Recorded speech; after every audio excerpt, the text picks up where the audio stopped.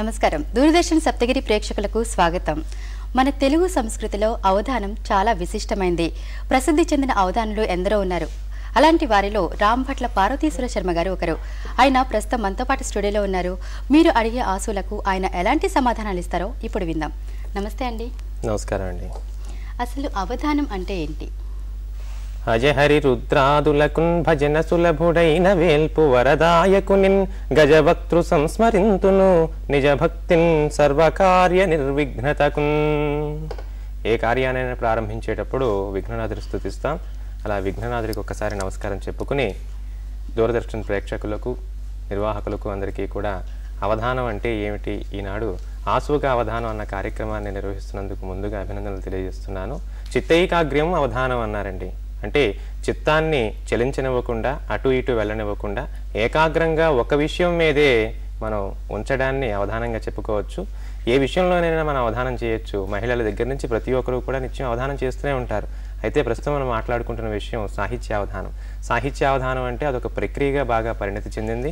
అందులో సమస్య, దత్తపది, వర్ణన, నిషిద్ధాక్షరి, న్యస్తాక్షరి, ఆసువు, ఘంటాగణనం ఇలాగా అనేక రకాల అంశాలు వస్తూ ఉంటాయి. 8 విషయాలతో గనక సాహిత్య ప్రక్రియతో మనం పద్యాలు అల్లుతూ ఉంటే దాన్ని అష్టావధానం అన్నారు. 100 మందితో చెప్తే శతావధానం అన్నారు. 1000 వరకు వెళ్తే సహస్రావధానం, ఆ తర్వాత 5000 వరకు వెళ్తే పంచసహస్రావధానం. ఇలా పృచ్ఛకుల సంఖ్యను బట్టి తీసుకున్న అంశాలను బట్టి మన అవధానాన్ని నిర్వహిస్తూ ఉంటారనమాట. అందులో అవధానాల్లో ఇందాక మనం చెప్పుకున్నట్టు సమస్య, దత్తపది మొదలైన వాటితో పాటు ఆసు అనేటువంటి ప్రక్రియ కూడా విశేషమైన ప్రాచుర్యం పొందిందండి. మొట్టమొదట అందరూ కూడా ఆసు కవులే. ఎప్పటికప్పుడు పద్యము అడిగిన వెంటనే చెప్పాలి. అడిగిన వెంటనే పద్యము వడివడిగా చెప్పగలుగు వారలు కవులవు అన్నారు పూర్వకాలంలో. కాబట్టి ఎప్పటికప్పుడు అడిగిన వెంటనే కవిత్వం చెబితే వాళ్ళను కవులు అని పిలిచారు. అది కవిత్వం అని చెప్పారు. అందులో అడిగిన వెంటనే చెప్పేది కవిత్వం అవ్వాలి. దాంట్లో తప్పనిసరిగా వేగం ఉండాలి. అది దండాన్వయం, క్రియాన్వయం అన్నీ కుదరాలి. అలా కుదిరితే అది ఆసు అవుతుందని చెప్పారు. ఈనాడు ప్రత్యేకంగా ఆసువుగా అవధానం మన శీర్షిక కాబట్టి ఆసువు గురించి 2 ముక్కలు మీరు అడిగారని చెప్పాను. ఓకే అండి. అయితే కొంతమంది ప్రేక్షకులు కాల్ చేస్తున్నారు వాళ్ళ ఆసువులు అడగడానికి. వాళ్ళతో మాట్లాడదాం. నమస్తే అండి. హలో, నమస్తే అండి. నమస్తే, చెప్పండి. మీ పేరు చెప్పండి. నా పేరు సత్యవతి అండి. ఎస్కోట, విజయనగరం జిల్లా శృంగవరపుకోట నుంచి మాట్లాడుతున్నాను. ఓకే అండి. అవధాని గారిని మీ ఆసు ఏంటో అడగండి, చెప్తారు. అలాగా. హలో. హలో, అవధాని గారు. నమస్కారం అమ్మా. చిరంజీవి సుఖీభవ. అమ్మ గురించి ఒక పద్యం చెప్పండి. తప్పకుండానండి. వారు అడిగారు, అమ్మ గురించి పద్యం అడిగారు. చాలా బాగుంది, సంతోషం. ఆసు అంటే ప్రతి అవధానంలో మనం చూస్తూ ఉంటాం 4 పాదాలు కూడా ఒకేసారి చెప్పాలి. చెబితే దాన్ని ఆసు అంటారు.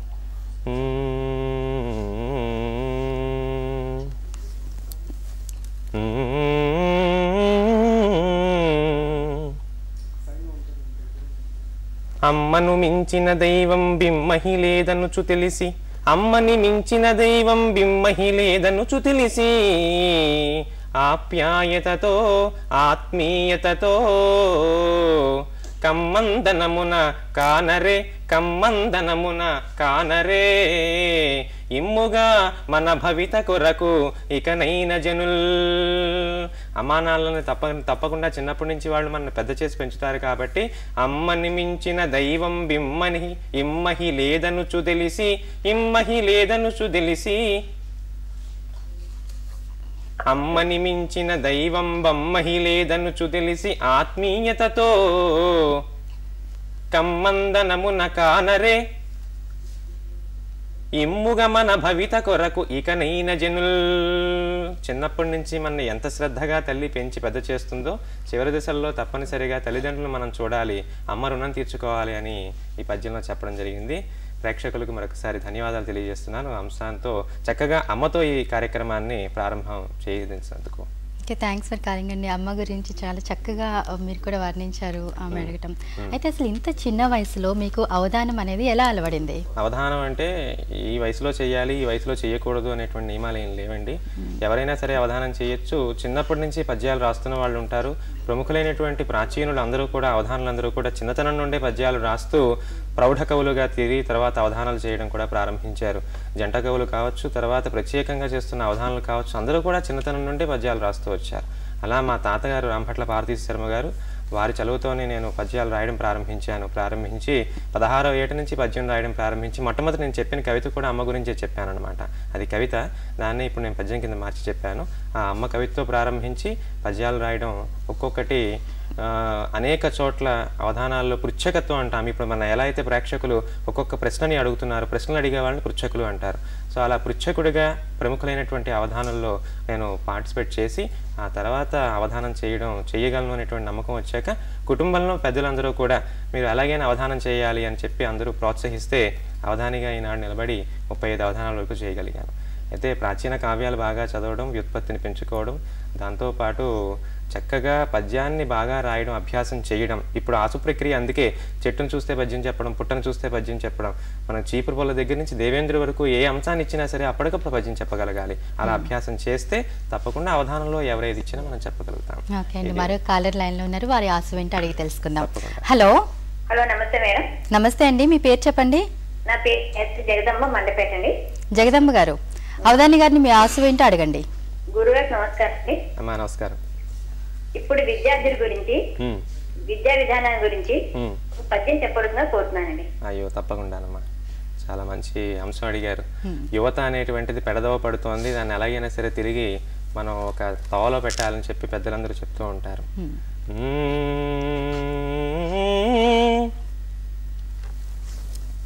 యువత గురించి చూసుకున్నట్లయితే ప్రస్తుతం వాళ్ళ పోకడ ఎలా ఉందో చూద్దాం.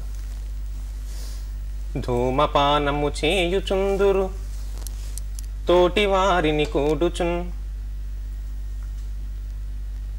ధూమపానము చేయుచుందురు తోటి వారల గూడుచున్, ప్రేమ మీరగ మధ్యముంగుని పిచ్చిగంతులు వేయుచున్. యువత ఇలా పాడైపోతుందని అందరూ బాధపడతారు.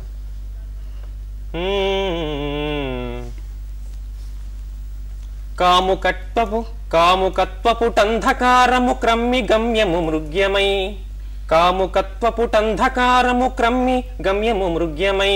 వ్యసనాల బాట పడితే చివరికి యువతకి మిగిలేది ఏమిటి? గమ్యం అనేది పూర్తిగా మృగ్యం అయిపోతుంది. గమ్యం లేకుండా ఏ తోవలో వెళ్తారో తెలియదు. కాబట్టి ఈ 3 విషయాల్ని పక్కన పెట్టాలి. కాముకత్వపుటంధకారము కమ్మి గమ్యము మృగ్యమై,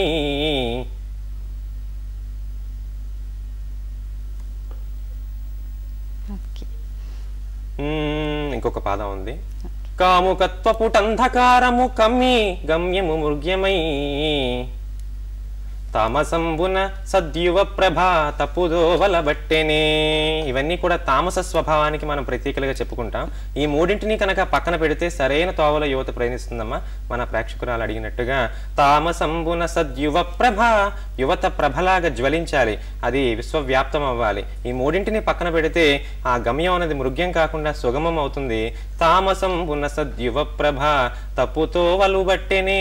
అలాంటి తప్పు త్రోవల్లో వెళ్లకుండా ఉంటే చాలా బాగుంటుంది. యువత గురించి మంచి పద్యాన్ని రాబట్టారు. ధన్యవాదాలండి. థ్యాంక్స్ ఫర్ కాలింగ్ జగదంబ గారు. మంచి ఆసు అడిగారు. మరో కాలర్ లైన్ లో ఉన్నారండి, వారు ఏం ఆసు అడుగుతారో తెలుసుకుందాం. హలో. హలో, నమస్తే అండి. నమస్తే అండి. మీ పేరు చెప్పండి. నా పేరు తెనాలి శేషగిరిరావు అండి. శేషగిరిరావు గారు, అవధాని గారిని ఆసు ఏంటో అడగండి మీది. నమస్కారం అండి, చెప్పండి శేషగిరిరావు గారు. నమస్కారం సార్. ఈ ప్రస్తుత ప్రపంచంలో పెచ్చలిల్లిపోతున్న విచ్చలివిడి శృంగారాన్ని కానీ, ఈ దౌర్జన్యాన్ని కానీ ఏ విధంగా దీన్ని అణచివేయాలని దాని గురించి చెప్పండి సార్. తప్పకుండానండి. ముఖ్యంగా చిన్నప్పటి నుంచి మన పూర్వ విద్యా విధానం ఎలా ఉండేది అన్న దాన్ని బట్టి తర్వాత పిల్లలు ఎదిగాక, తర్వాత సమాజంలోకి వెళ్ళాక వాళ్ళ స్థితిగతులు ఎలా ఉంటాయి అన్నవి పెద్దవాళ్ళు నిశ్చయిస్తూ ఉంటారు. కాబట్టి విద్యా విధానంలో ముందు మార్పు వస్తే ఆ తర్వాత వాళ్ళ ప్రవర్తనని మనం జాగ్రత్తగా నియంత్రించగలిగితే ఈ విధంగా యువత దగ్గర నుంచి పెద్దవాళ్ళు కానీ, తద్వారా సమాజం కానీ సరైన బాటలో ప్రయాణం చేయడానికి వీలుగా ఉంటుంది. చూద్దామండి, వారు అడిగిన దానికి ఒక ఆసుని మనం అందిద్దాం. చక్కనైన విద్య, చక్కనైన విద్య,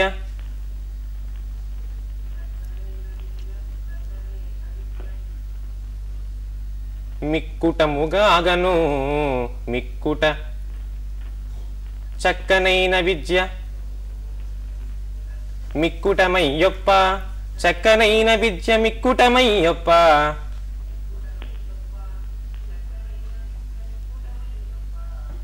నడకనందు నడతనందు నడతనందు మంచి నాట్యమాడ. మొట్టమొదటి వాళ్ళు విద్యను నేర్చుకోవాలి, ఆ తర్వాత వాళ్ళ ప్రవర్తనలో మంచి అనేది వాళ్ళకి అలవాడాలి. కాబట్టి చక్కనైన విద్య మిక్కుటమయ్యప్ప నడతనందు మంచి నాట్యమాడా. చెడ్డ స్నేహములకు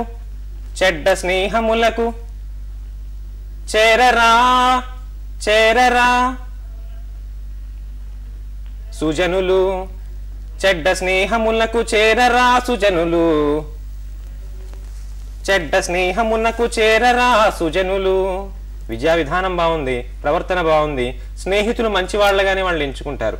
విద్యా విధానంతో వాళ్ళకి మంచి అనేది ఏంటో తెలుస్తుంది కాబట్టి ఎన్నుకునే ప్రతిదాన్ని మంచిగా వాళ్ళు తీసుకుంటారు. కాబట్టి చెడ్డ స్నేహములకు చేరరా సుజనులు, విశ్వశాంతి అప్పుడు వెళ్ళి విరియు. విశ్వంలో ఎలాంటి దౌర్జన్యాలు కానీ లేకపోతే మరి ఎలాంటి అక్రమాలు కానీ దొరకవు. విశ్వశాంతి అప్పుడు వెళ్ళి విరియు. కావాల్సింది విశ్వశాంతే కదండి. అది విద్యా విధానం, ప్రవర్తన, స్నేహాలు, ఈ మూడు చూసుకుంటే తప్పకుండా మనకి విశ్వశాంతి కలుగుతుంది. మరొకసారి మీకు ధన్యవాదాలండి. Thanks for calling. శేషగిరిరావు గారు మరో కాలర్ లైన్ లో ఉన్నారండి, వారి ఆశ వెంట అడిగి తెలుసుకుందాం. హలో హలో హలో నమస్తే అండి, నమస్కారం అండి. మీ పేరు చెప్పండి. నా పేరు శ్రీనివాసరావు అండి, మధ్యవర్తి నుంచి మాట్లాడుతున్నాను. శ్రీనివాసరావు గారు, మీ ఆశ ఏంటో అవధాని గారిని అడగండి, చెప్తారు. అంటే సరే ఒకసారి మాట్లాడండి అవధాని గారు. సార్ శ్రీనివాసరావు గారు చెప్పండి. నమస్కారం అండి. అయ్యా, నా ఆశ ఏంటంటే పోతన గారు కావ్యం రాస్తూ ఉంటే శ్రీరామచంద్రుడు వచ్చి ఆ యొక్క భాగాన్ని మధ్యలో రాశారు అనమాట. అంటే ఆయనకి అర్థం కాకుండా మధ్యలో వెళ్ళిపోయితే అంటే పోతన గారి వేషంలో వచ్చి ఇంటి దగ్గర కావ్యాన్ని రాశాడు కదండి. అలాగే శ్రీరామచంద్రుని పోతన గారిని కలుపుకొని ఒకటి. అయ్యా, చాలా మంచి అంశాన్ని అడిగారు శ్రీనివాసరావు గారు, మీకు బహుదా ధన్యవాదాలండి. అంటే నేను రామభక్తుడండి. నేను 108 రామాలయాల్లో రామనామ సంకీర్తన ఎలాంటి ప్రతిఫలం లేకుండా తప్పకుండా 108 గ్రామాల్లో చేసాం. ఇప్పుడు 27 గ్రామాలు అయినవి, ఇంకా మిగతా కూడా చేస్తాం అనమాట. అందుకని రాముడి మీద ఉన్న అపారమైన భక్తితో ఈ కార్యక్రమం చూసి మేము అడగాలనుకున్నాం. దైవ ఈ కాల్ కలిసింది అనమాట. ఓహో, మన ఆశు కూడా అంతే భక్తిమయంగా రప్పిద్దామండి. ధన్యవాదాలు ప్రశ్నకు. కవులందరూ కూడా నా ఉద్దేశంలో కేవలం భక్తిమయంగా కవిత్వం రాసిన వాళ్ళలో మరొక కోణంలో కూడా ఆలోచిస్తే అనేక గుణాలు ఉంటాయండి. అందుకే నేను అంటూ ఉంటాను, ప్రతి కవిలో కూడా నవరసాలు ఉంటాయి. ఏ కవిత్వాన్ని కూడా ఒక కవిని ఒక కోణంలోనే మనం చిత్రీకరించి వాళ్ళు దానికి మాత్రమే సరిపోతారని మనం అనుకోకూడదు. ఆ భావాన్ని ఈ పద్యంలో రప్పిద్దాం. పోతన గారు భాగవతం రాస్తూ ఒక చోట అలా బయటికి వెళ్ళి వచ్చేసరికి పూరింపబడకుండా ఉన్న పద్యం అప్పటికి పూరించబడిందట. ఈ విషయాన్ని మనం అనేక చోట్ల కూడా వింటూ ఉంటాం, పెద్దలు చెప్తూ ఉంటే. ఆ పద్యం ఏమిటో కూడా, ఆలవైకుంఠపురంబులో నగరిలో నామూల సౌధమ్ము దాపల మందారవనంతరామృత సరః ప్రాంతేందు కాంతోపలోత్పల పర్యంకరమా వినోదియ గుణాపన్న ప్రసన్నుండు విహ్వల నాగేంద్రము పాహి పాహి అన కుయాళించి సంరంభియై. పోతన గారు గజేంద్ర మోక్షంలో వైకుంఠం ఎలా ఉందో చెప్తున్నారు. చెప్తూ ఉంటే వైకుంఠం ఎలా ఉంటుంది, ఎక్కడ దాకా ఉంటుంది అన్నది కొంతవరకు ఈయన ఊహ చేసి భగవత్ ప్రసాదం వల్ల రాశారు. మరి మిగిలింది ఎలా ఉంటుందంటే సాక్షాత్ శ్రీరామచంద్రుడే వచ్చి రాశాడు అని చెప్పి మనకు దీంట్లో కల్పిస్తుంది. అయితే పోతన గారి భావనలో వీరు అడిగిన పోరను రప్పిద్దాం. శ్రీరాముండె మదీయ మానస, శ్రీరాముండె మదీయ మానస సుధాశ్రీహర్మ్యమున్నిల్చి, శ్రీరాముండె మదీయ మానస సుధాశ్రీహర్మ్యమున్నిల్చి. ఆయన మనసులో సాక్షాత్ రామచంద్రుడే నిలిచాడా అన్నట్లుగా శ్రీరాముండె మదీయ మానస సుధా శ్రీహర్మ్యమున్నిల్చి, తానా రుద్రాదులకైన పల్క జటిలంబౌ స్వీయ చారిత్రమున్. అందులో ఆయన చెప్తాడు, భాగవతం రాస్తున్నప్పుడు ప్రప్రథమంగా శూలికైన తమ్మి చూలికైన ఇద్దరికి కూడా, అటు శివుడికి కానీ లేకపోతే ఇటు బ్రహ్మదేవుడికి కానీ ఇద్దరికి కూడా భాగవతం రాయడం చాలా కష్టం, తెలిసి పలుకుట చిత్రంబు అంటాడు. అలాంటిది నేను రాస్తున్నాను అన్నాడు. అందుకే తానారు పలుక శ్రీరాముండె మదీయ మానస సుధా శ్రీహర్మ్యమున్నిల్చి, శ్రీరాముండె మదీయ మానస సుధా శ్రీహర్మ్యమున్నిల్చి,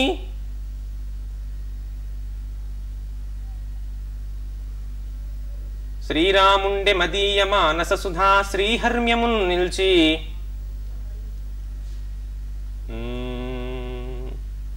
పల్క జటిలంబౌ స్వీయ చారిత్రమున్ పూరించన్ ఘన దివ్య భాగవతమున్ మోక్షప్రదాత్వము. మోక్షాన్ని అందించే సాధనం ఆయనే వచ్చి పూరించాడని ఇతను చెప్పాడు. పూరించన్ ఘన దివ్య భాగవతమున్ మోక్షప్రదాత్వము నే చేరందాని జనేశ్వరాధములకున్ నే చేరందాని జనేశ్వరాధములకున్. రాజుకి అంకితం ఇవ్వమంటే పోతన గారు రాజుకి అంకితం ఇవ్వనన్నాడు. ఎందుకంటే సాక్షాత్ శ్రీరామచంద్రుడి గురించి రాసింది శ్రీరాముడే వచ్చి రాశాడని చెప్పుకున్నది కాబట్టి ఈ జనేశ్వరాధములకు నేను ఎందుకు అంకితం ఇస్తానంటాడు. పూరించన్ ఘన దివ్య భాగవతమున్ మోక్షప్రదాత్వము నే చేరందాని జనేశ్వరాధములకున్ చిక్కించి చిక్కించి తద్ధర్మరాట్కారాగారమటన్న తద్ధర్మరాట్కారాగారమటన్న పోతన తిరస్కారంబు నేనెన్నెదన్ వీరంబంచును కాదకో తెలుపుడి విద్వద్వీర విద్యానిధుల్. కవులలో కూడా చాలా వీర కవులు ఉంటారండి. ఇందులో నేను చెప్పిన అంశం ఏంటంటే పోతన నిజంగా వీరుడు. సాక్షాత్ అప్పట్లో రాజులు ఏం చెప్తే అది చెల్లేది. కానీ రాజాజ్ఞను కూడా ధిక్కరించి రాముడి కోసం అంకితం ఇచ్చింది నువ్వు అడిగితే నేను ఎందుకు ఇస్తానని చెప్పాడు. అందుకే ఈ పద్యాన్ని నేను రాముల వారు అనుగ్రహించినటువంటి భాగవతాన్ని మన ప్రేక్షకులు అడిగినటువంటి పద్యంగా ఆసుగా చెప్పడం జరిగింది. మరొకసారి మీకు ధన్యవాదాలండి. చక్కని పద్యాన్ని చరిత్రను నిలిచిపోయేది నా చేత రప్పించారు. Okay, thanks for calling. Srinivasarao గారు మరో కాలర్ లైన్లో ఉన్నారండి. వారు ఆసు ఏంటి అడిగి తెలుసుకుందాం. హలో, నమస్తే అండి. నమస్తే అండి. మీ పేరు చెప్పండి. నా పేరు శ్రీరామచంద్రమూర్తి అండి. శ్రీరామచంద్రమూర్తి గారు, మీ ఆసు ఏంటో అవధాని గారిని అడగండి. అయ్యా గురువు గారు నమస్కారం. నమస్కారం చంద్రమూర్తి గారు. ఇప్పుడు అమ్మలాంటి ఆవుని కబేళాలకు పంపించేస్తున్నటువంటి ఈ విష సంస్కృతి గురించి పద్యం చెప్పండి సార్. బాగుందండి. ఆవు పాలలోని ఆర్తిని అడిగెనా, ఆవు పాలలోని ఆర్తిని అడిగెనా పృచ్ఛకుండు, ఆవు పాలలోని ఆర్తిని అడిగెనా పృచ్ఛకుండు.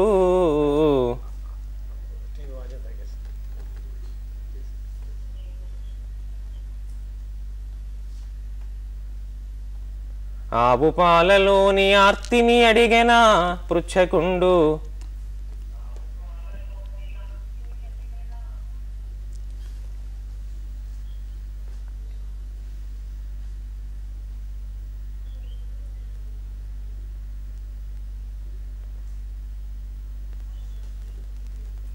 పృచ్ఛకుండు చెప్ప తుచ్చమౌను. ఇది మనం తలుచుకోవడానికి కూడా చాలా జుగుప్సాకరమైన భయంకరమైన మన సిద్ధాంతాలకు వ్యతిరేకమైనటువంటి విషయం. ఆవు పాలలోని ఆర్తిని అడిగెనా పృచ్ఛకుండు చెప్పన్ తుచ్చమౌను. మార్పు ఎటులా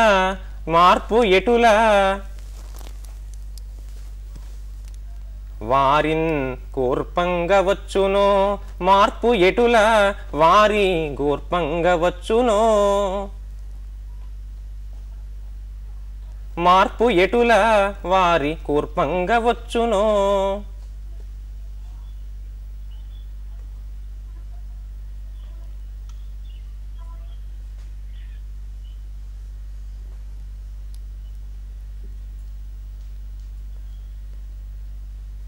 కాలమొకటి తెలుపు కాంచుమయ్యా. ఇలాంటి ఎన్నెన్నో సహించలేని విశేషాలు సమాజంలో జరుగుతూనే ఉంటాయి. మరి ఇవి ఎప్పుడు ఎలాగా వాళ్ళకు బుద్ధి వస్తుందా లేకపోతే మనం మారాలా, ఇలాంటి విశేషాలు మనం చింతించడం కన్నా కాలమే సమాధానం చెబుతుందని చెప్పి కాలమొకటి తెలుపు కాంచుమయ్యా, మార్పు ఎటుల వారి కూర్పంగవచ్చునో, కాలమొకటి తెలుపు కాంచుమయ్యా. ప్రశ్నించినందుకు ధన్యవాదాలు. థ్యాంక్స్ ఫర్ కాలింగ్ శ్రీరామచంద్రమూర్తి గారు. మరో కాలర్ లైన్ లో ఉన్నారండి. వారి ఆశ ఏంటో అడిగి తెలుసుకుందాం. హలో, హలో, నమస్తే అండి. నమస్తే అండి. మీ పేరు చెప్పండి. నా పేరు కూడిపెద్ది సుధారమణ. సుధారమణ గారు, మీ ఆశ ఏంటో అవధాని గారితో చెప్పండి. నా పేరు కూడిపెద్ది సుధారమణ అండి. నమస్కారం అమ్మా. సుధారమణ గారు చెప్పండి మీ ఆశ. అవధాని గారు నమస్తే అండి. మీరు నేడు అంతరించిపోతున్న బంధాలు అనుబంధాలు పెంపొందేటట్టుగా ఒక్క పద్యం చెప్తే వినాలని ఆశగా ఉందండి. సుధారమణ గారు మీరు టీవీ వాల్యూమ్ మ్యూట్ చేసి డైరెక్ట్ గా మాట్లాడండి ఫోన్ లో. చక్కని ప్రశ్న. ప్రస్తుతం ఎప్పుడో ప్రాచీన కావ్యాల్లో కవిత్వానంతా ఉంచేశారంటుంటారు కదా, ఇప్పుడు వస్తున్న అంశాలన్నీ కూడా సమకాలీన సమాజానికి సంబంధించినవే. కవిత్వం దేని గురించైనా చెప్పొచ్చని పృచ్ఛకులైన ప్రేక్షకులే మనకు నిరూపిస్తూ ఉన్నారు.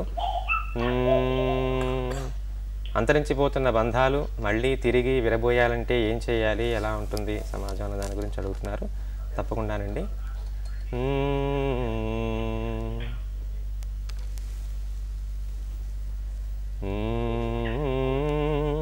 సాహిత్య కార్యక్రమాలైనా లేకపోతే పెళ్ళిళ్ళు లాంటి ఏవైనా శుభ సందర్భాలైనా ఈనాటి కాలంలో మన తర్వాత రాబోయే తరాలు చిన్న చిన్న పిల్లలు ఉంటారు, లేకపోతే అప్పుడప్పుడే వయసులోకి యుక్త వయసులోకి వస్తున్నటువంటి యువత ఉంటారు. వాళ్ళందరినీ కూడా ఆ కార్యక్రమాల్లో పాలు పంచుకునేలా చూడాలండి. మొట్టమొదట మనం ఎప్పుడు చూస్తూ ఉంటాం, కేవలం వయసు పైబడిన వాళ్ళు లేకపోతే తప్పదు కదా అని చెప్పి చాలామంది దంపతులు మాత్రమే వెళ్ళి వచ్చేస్తూ ఉంటారు. బంధాలు తెలియాలి, వరసలు తెలియాలి. మన తెలుగులో ఎన్నెన్నో వరసలు ఉన్నాయి. చక్కని ఈ రమణీయమైన బంధాలన్నీ తెలియాలంటే మొట్టమొదట ప్రతి కార్యక్రమంలోనే వాళ్ళని పాలు పంచుకునేలా చేయాలి. అది నా మొట్టమొదటి అభిప్రాయం. దాన్ని పద్యంలోకి తీసుకురావడానికి ప్రయత్నం చేద్దాం.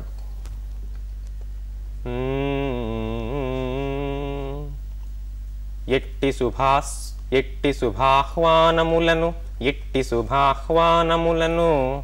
పట్టున్ బట్టియును తప్ప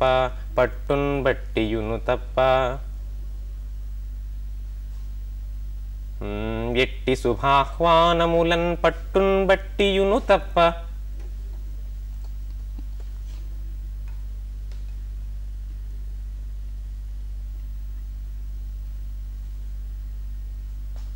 వలసగ పిల్లల్ వరుస కుటుంబం అందాం. వరుస కుటుంబం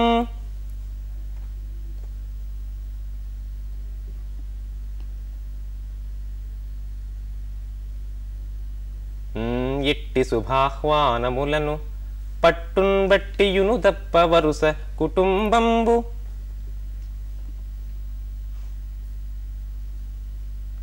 ఎట్టులనైనను చేరగా గట్టిపడున్ బంధములును గారవమెసగన్. ఒక్కటే మార్గం. మన ఇళ్లలో జరిగేటువంటి తెలిసిన బంధుమిత్రుల అనేక రకాల కార్యక్రమాలు ఉంటాయి. వాటన్నిటికీ పిల్లలతో సహకుటుంబ అంటారు. అందుకే సకుటుంబ సపరివారం అంటారు. కానీ పరివార సమేతంగా కూడా అందరూ వెళితే కుటుంబాలు వరుసలు తెలుస్తాయి, రక్త సంబంధాలు తెలుస్తాయి, తప్పనిసరిగా అందరి బంధాలు కూడా బలపడతాయి. ఎట్టి శుభాహ్వానమునను పట్టున్ బట్టియు తప్పక వరుస కుటుంబం బెట్టులనైనను చేరగా గట్టిపడున్ బంధములును గారవమెసగన్. మన గౌరవం కూడా దక్కుతుంది, చక్కగా కుటుంబం అంతా కలిసి వచ్చారని. కాబట్టి ఒక్క చిన్న సూత్రాన్ని మీరు పాటించండి. తప్పనిసరిగా అందరం కూడా ఆ బంధుత్వం అంటే ఏంటి, అందులో ఉండే అనురాగాలు ఏంటి అందరూ ఆస్వాదించవచ్చు. ధన్యవాదాలండి. Okay, thanks for calling. Sudharamana గారు మరో కాలర్ లైన్ లో ఉన్నారండి, వారి ఆశ అడిగి తెలుసుకుందాం. హలో నమస్తే అండి, మీ పేరు చెప్పండి. వెంకటేశ్వర శర్మ గారు, అవధాని గారితో మీ ఆశ ఏంటో చెప్పండి. నమస్కారం అండి శర్మ గారు, చెప్పండి. అదే ఇప్పుడు ఎంత ఉన్నాయి? హలో వెంకటేశ్వర శర్మ గారు, మీ వాయిస్ బ్రేక్ అవుతుందండి, కొంచెం యువతలకి వచ్చి మాట్లాడగలరా? హలో చెప్పండి, మీ మాట వినిపిస్తోంది, అంశం క్షుణ్ణంగా చెప్పండి. ఇప్పుడు వస్తున్న టెక్నాలజీ మీద ఎన్నో నష్టాలు ఉన్నాయి, ఎన్నో ఉపయోగాలు ఉన్నాయి. అవునండి. అది మనం ఎలా వినియోగించుకుంటే ఏంటి ఉపయోగం అన్నది ఒక్కసారి చెప్తారండి. తప్పకుండానండి. మంచి చెడులటన్న మానుష జీవిక. మనం నిత్యం ఉదయం లేచి రాత్రి నిద్రించే వరకు చేసే ప్రతి పనిలోనూ మంచి ఉంటుంది, చెడు ఉంటుంది. పాల్కురికి సోమనాథుడు చెప్పినట్టు హంసక్షీరం ఇవాంభసి అంటాడు అతను. నేను వేదాలన్నీ చదువుకున్నాను, పురాణాలన్నీ చదువుకున్నాను, కానీ హంస పాలను నీటిని ఎలా అయితే వేరు చేస్తుంది అన్న ఆర్యోక్తి ఉందో అలాగే కేవలం సారాన్ని మాత్రమే తీసుకుని అక్కర్లేని దాన్ని విడిచిపెడుతున్నాను అని చెప్పాడు పాల్కురికి సోమనాథుడు. అలాగే సమాజంలో ఉన్నటువంటి మన మనుషు జీవితమే పూర్తిగా మంచి చెడులు అని రెండు బాటలుగా ఉంటుంది. ఏదైనా సరే ఒక టెక్నాలజీ అనే కాదు, ఈ సాంకేతికతే కాకుండా ఏ విషయంలో అయినా సరే దేన్ని గ్రహించాలి, దేన్ని గ్రహించకూడదు అన్న విచక్షణ ముందు మనకి ఉంటే తప్పకుండా మనం మంచినే స్వీకరిస్తాం. చెడుని స్వీకరించినా సరే అది మంచిగానే మన ద్వారా ప్రజల్లోకి వెళుతుంది, అది చెడుగా ఉండదు. అందుకని మంచి చెడులన్నా మంచి చెడ్డలు రెండు మానవ జీవిక, మంచి చెడ్డలు రెండును మంచి చెడులు రెండు మానవ జీవిక అన్నాను. ఇక్కడ ఏంటంటే ఆసుగా పద్యం చెప్పడంలో రెండు ఒకలాగే ఉంటాయి, ఆట వెలది తేటగీతి. సో భావం వెళుతుంటే ఎలా వెళ్ళిపోతే ఆ ధారణ అలా పంపిస్తాం. ఇందాల తేటగీత అని మళ్ళీ ఆట వెలదిలోకి వచ్చాను. మంచి చెడులు రెండు మానవ జీవిక, ఎంచి చూడ అందు ఎంచి చూడన్ అందు ఎంచి చూడన్ అందు మంచి మేలు, మంచి చెడులు రెండు మానవ జీవిక, ఎంచి చూడన్ అందు మంచి మేలు.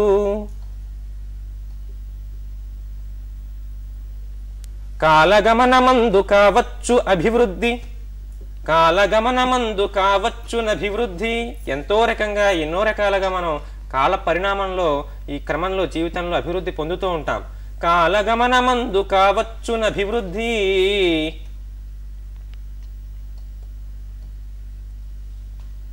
నియమమొక్కటుండ నియమమొకటియుండ నిష్ఠగూడు. సాంకేతికత అన్న పదాన్ని నేను వాడలేదు, కానీ ఏదైనా సరే చెల్లుతుందండి. సాంకేతికత విషయంలోనే కాదు, మనం ఒక నియమాన్ని పెట్టుకోవాలి. నియమాన్ని పెట్టుకుని ఇక్కడైతే ఇలా బాగుంటుంది అని అనుకుంటే చాలు.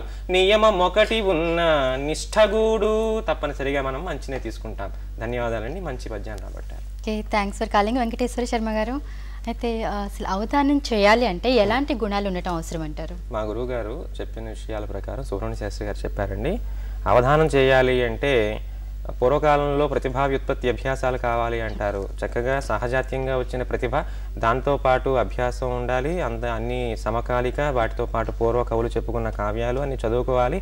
అప్పుడు ఏదైనా సరే కావ్యం రాయడానికి అర్హత వచ్చినట్టే అవధానం చేయడానికి అర్హత వస్తుంది అని చెప్పి మనకి సామాన్యంగా ఉన్న అభిప్రాయం. దాంతోపాటు 4 రకాల ధకారాలు ఉండాలని చెప్తారు. ఆ ధకారాలు ఏంటంటే కవి యది అవధానీ స్యాత్ సంపాద్యం ధచతుష్టయం, ధైర్యం ధారా ధోరణీచ ధారణాచ సునిశ్చల. ధైర్యం ఉండాలి. ఏదైనా పద్యం చెప్పాలి అంటే, ఏదైనా శాస్త్రంతో మనం మాట్లాడాలంటే, సంవాదం చేయాలి అన్న, పృచ్ఛకుణ్ణి ఎదుర్కోవాలన్నా సరే ముందు ధైర్యం ఉండాలి.